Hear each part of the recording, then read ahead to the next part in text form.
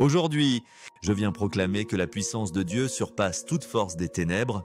Peu importe ce que l'ennemi a tenté dans votre famille, peu importe quelle peur s'est insinuée dans votre vie, peu importe quelle oppression a frappé à votre porte, il y a une puissance dans le nom de Jésus. La peur est une réponse naturelle au danger.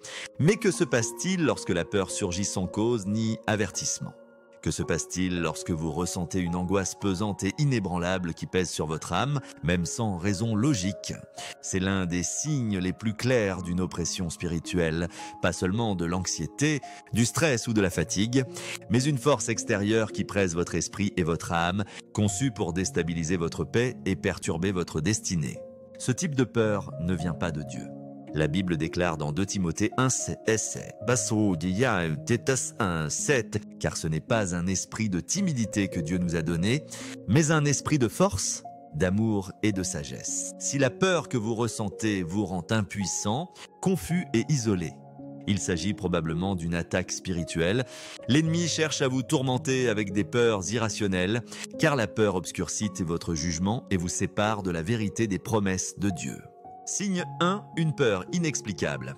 Cette peur inexplicable se manifeste souvent par des moments soudains de paralysie. Vous pouvez être chez vous, dans votre lieu de sécurité et de confort.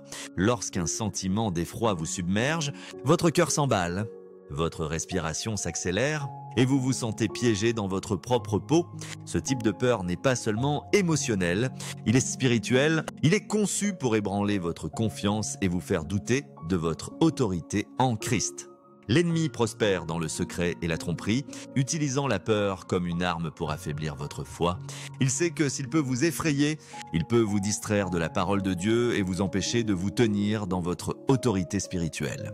Cette lourdeur peut persister, rendant difficile la prière, l'adoration ou même la clarté de pensée. C'est comme si un poids invisible vous oppressait, vous éloignant de la paix que Dieu vous a promise. Mais souvenez-vous, l'esprit de peur ne peut résister au nom de Jésus. Lorsque vous ressentez cette angoisse inexplicable, affrontez-la de front avec la parole de Dieu, déclarez avec audace « Je ne craindrai rien, car l'Éternel est ma force et mon bouclier ». Psaume 27, amen. Prenez autorité sur votre maison et votre esprit. Ordonnant à l'esprit de peur de partir au nom de Jésus, vous n'avez pas à vivre sous le poids de la peur. En tant qu'enfant de Dieu, vous n'êtes pas destiné à marcher dans les ténèbres ou l'effroi. Vous êtes appelé à vivre dans la force, l'amour et un esprit saint. La peur peut frapper à votre porte, mais elle n'a pas le droit de rester. Tenez ferme dans votre foi, faites confiance aux promesses de Dieu et voyez cette lourdeur se dissiper tandis que sa paix remplit votre cœur et votre maison. Signe 2, les troubles nocturnes. La nuit devrait être un temps de repos, un moment où votre corps et votre esprit se rechargent pour le lendemain. Pourtant, pour beaucoup, la nuit apporte autre chose, des perturbations étranges, des bruits inexplicables, des ombres fugaces et des rêves oppressants qui vous réveillent en sursaut. Ces événements ne sont pas toujours des coïncidences ou des tours de l'imagination. Ils peuvent être des signes de guerre spirituelle. L'ennemi opère sous le couvert des ténèbres, utilisant la peur pour affaiblir la foi et perturber la paix que Dieu a promise à ses enfants. L'une des perturbations les plus courantes est d'entendre des bruits sans source. Vous pouvez entendre des pas alors que personne n'est là, des chuchotements dans le silence ou des objets qui se déplacent sans explication. Ces sons ne sont pas toujours le produit d'un esprit agité. Ils peuvent être des manifestations de forces spirituelles cherchant à instiller la peur et à vous mettre mal à l'aise dans votre propre maison. Le diable prospère dans la peur, car la peur ouvre des portes à l'oppression. Mais la parole de Dieu déclare dans Psaume 4:8 « Je me couche et je m'endors en paix, car toi seul, Éternel, tu me fais habiter en sécurité. » Un autre signe troublant est la présence d'ombres fugaces ou de figures sombres qui semblent bouger dans votre vision périphérique. Ces manifestations visent à intimider et à perturber, à vous faire sentir en insécurité même chez vous. L'ennemi veut vous faire douter de votre protection. Mais permettez-moi de vous rappeler Psaume 91:11. Car il ordonnera à ses anges de te garder dans toutes tes voies. Aucune force des ténèbres ne peut résister aux anges du Seigneur qui protègent son peuple. Ça, son ami, on peut pas dire. Peut-être la perturbation la plus personnelle et intrusive se manifeste sous forme de rêves oppressants ou de paralysie du sommeil. Vous pouvez vous réveiller en vous sentant cloué incapable de bouger ou de parler, comme si une force invisible pesait sur vous. Vous pouvez vivre des cauchemars terrifiants qui semblent plus réels qu'un simple mauvais rêve, conçus pour vous vider spirituellement, vous faisant vous réveiller épuisé plutôt que reposé. Ce ne sont pas juste des mauvais rêves, ce peuvent être des attaques spirituelles visant à voler votre paix et à affaiblir vos défenses. Que faire? Premièrement, revendiquez l'autorité que Jésus-Christ vous a donnée, prononcez le nom de Jésus sur votre maison, sur votre lit et sur votre sommeil, déclarez à haute voix: aucune arme forgée contre moi ne prospérera. Ésaïe 54. Oignez vos portes et fenêtres d'huile comme symbole de la protection de Dieu. Priez pour votre chambre, demandant à Dieu de la remplir de sa présence. Car là où est l'Esprit du Seigneur, aucun démon ne peut rester. Ne laissez pas l'ennemi voler votre repos. En tant qu'enfant de Dieu, vous avez une protection divine. Vous n'êtes pas à la merci de ces perturbations. Vous avez le pouvoir de les chasser. Remplissez votre maison d'adoration. Proclamez les Écritures sur votre environnement et faites confiance à la couverture du Seigneur. La paix vous appartient. Car Jésus est votre protecteur. Reposez-vous dans cette vérité et laissez chaque force des ténèbres être détruite au nom de Jésus. Signe 3. Confusion. Division et querelle dans le foyer. Une maison devrait être un lieu de paix, un refuge contre les troubles du monde. Mais que se passe-t-il lorsque la confusion, la division et les querelles s'enracinent dans votre foyer, lorsque des disputes éclatent pour les plus petites choses, lorsque les malentendus se multiplient, lorsqu'une tension invisible persiste dans l'air? Ce ne sont pas toujours des occurrences naturelles, ce peuvent être des signes d'une attaque spirituelle. L'ennemi sait qu'un foyer divisé est un foyer affaibli et il fera tout ce qui est en son pouvoir pour semer le chaos là où il devrait y avoir de l'unité. La confusion est l'une des armes les plus anciennes de Satan. La Bible nous dit dans 1 Corinthiens 14, 33, « Car Dieu n'est pas un Dieu de désordre, mais de paix, s'il y a une communication constante, des malentendus fréquents. » Et un sentiment général de désordre dans votre maison, cela ne vient pas de Dieu. L'ennemi cherche à brouiller les esprits, à déformer les mots et à créer une atmosphère où la frustration remplace la clarté. Il veut que les membres de la famille se méfient les uns des autres, s'offusquent facilement, a l'impression d'être toujours incompris. La division est une autre tactique que l'ennemi utilise pour affaiblir les fondations d'un foyer. Jésus lui-même a dit dans Marc 3, 25, « Si une maison est divisée contre elle-même, cette maison ne peut subsister. Lorsqu'une famille est constamment en désaccord, parents contre enfants, conjoints en conflit, frères et sœurs en rivalité, cela ouvre la porte à une oppression spirituelle accrue. Au lieu de se tenir ensemble dans la foi, le foyer devient un champ de bataille, facilitant l'infiltration de l'ennemi pour semer une discorde plus profonde. Les querelles sont le fruit d'une confusion et d'une division non maîtrisée, disputes constantes. Voix élevée, ressentiment amer, ce sont tous des signes que quelque chose de spirituel agit en coulisses. Jacques 3,16 nous avertit. Car là où il y a de la jalousie et un esprit de dispute, il y a du désordre et toutes sortes de mauvaises actions. L'ennemi veut maintenir votre foyer dans un état de tumulte, car une maison remplie de querelles est une maison qui lutte pour prier. Aimez et cherchez la présence de Dieu. Comment contre-attaquer? Premièrement, reconnaissez que votre combat n'est pas contre les membres de votre famille, mais contre l'ennemi qui cherche à vous diviser.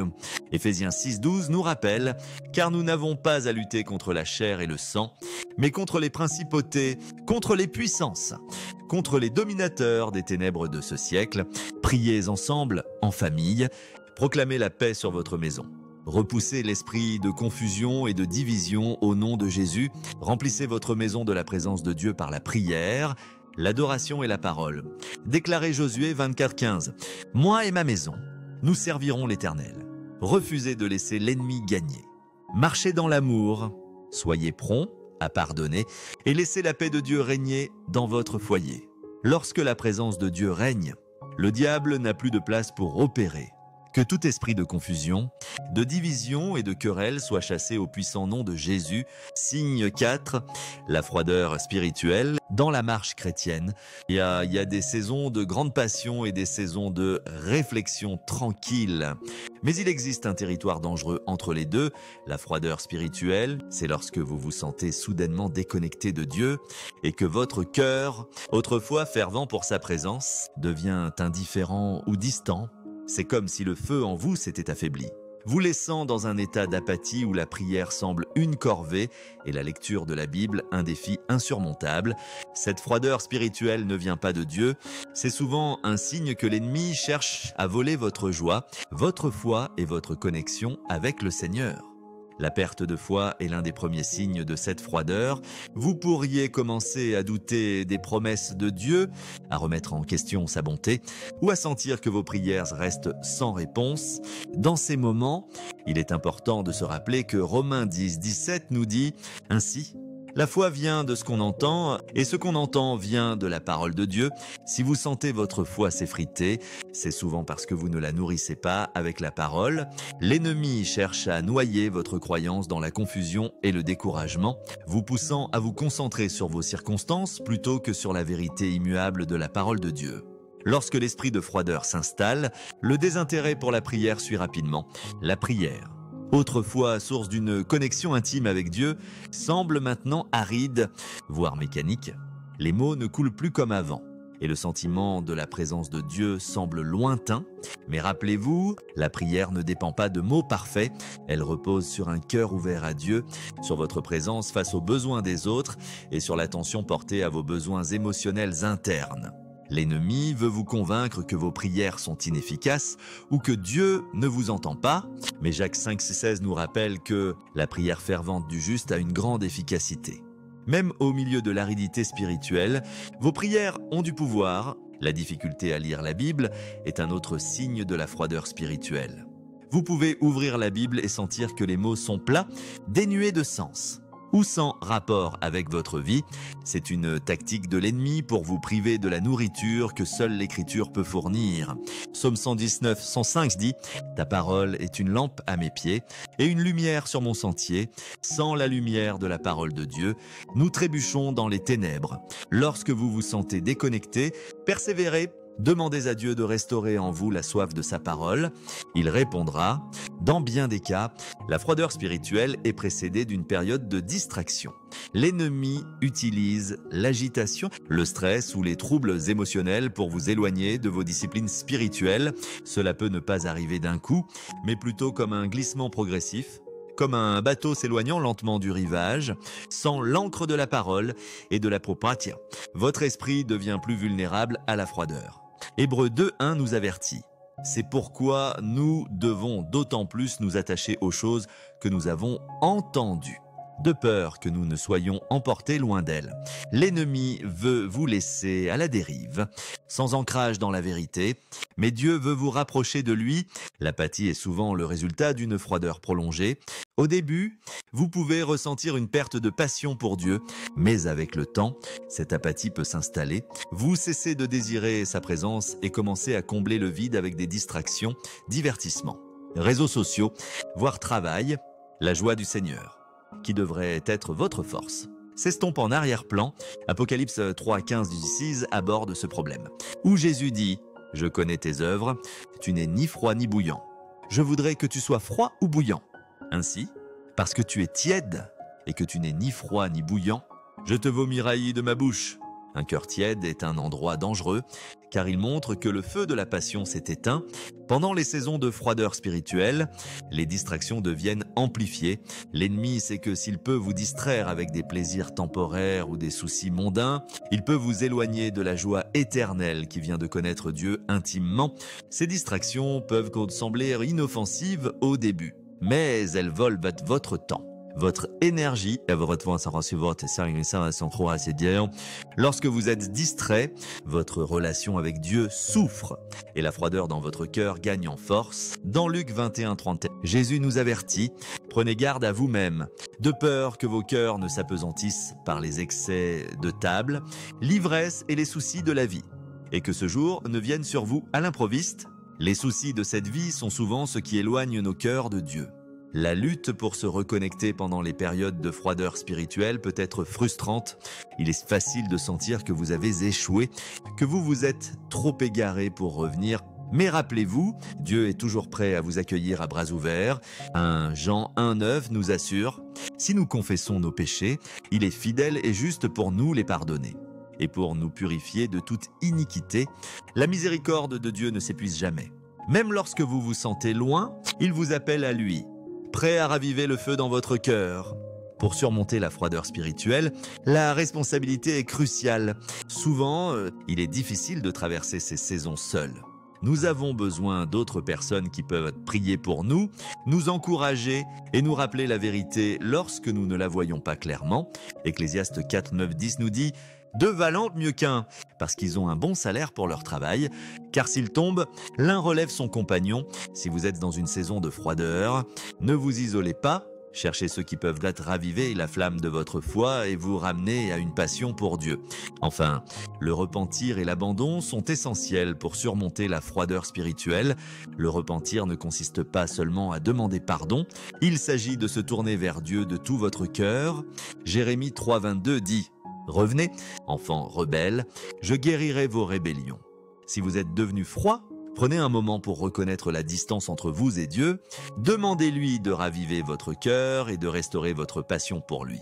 Abandonnez vos distractions, vos doutes et vos peurs à lui, en faisant confiance à sa fidélité pour vous ramener à la chaleur de son amour.